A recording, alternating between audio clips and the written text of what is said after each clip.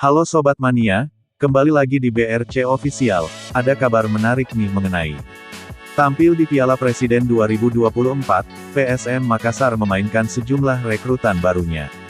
Beberapa pemain lokal baru diturunkan di Piala Presiden 2024.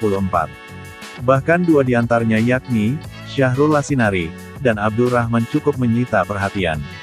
Ini lantaran statistik Syahrul Lassinari dan Abdul Rahman cukup mencolok dan terbilang menjanjikan, bakal jadi andalan PSM Makassar di Liga 1 2023/2024.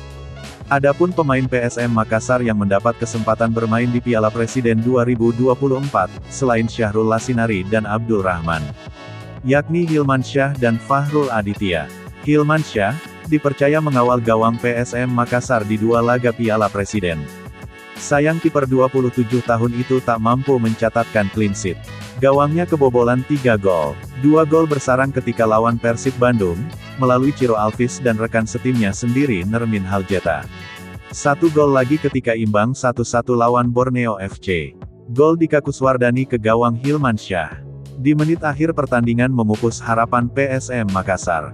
Sedangkan penyelamatan dicatatkan Hilmansyah hanya 2. Kiper nomor punggung 97 masih perlu bangun chemistry dengan pemain lini belakang.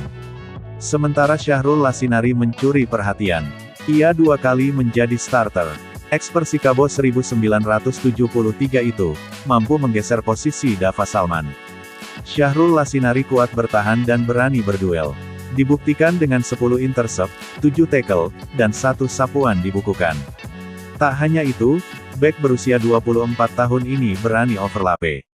Gol Latir Vol ke gawang Borneo tak lepas dari asis Syahrul Lassinari. Penampilan Abdul Rahman tak kalah mentereng. Ia bermain 2 kali, sekali dari bangku cadangan dan sekali sebagai starter. Winger asal Kepulauan Riau itu pun, berhasil mencetak gol perdananya di PSM Makassar ketika lawan Persis Solo.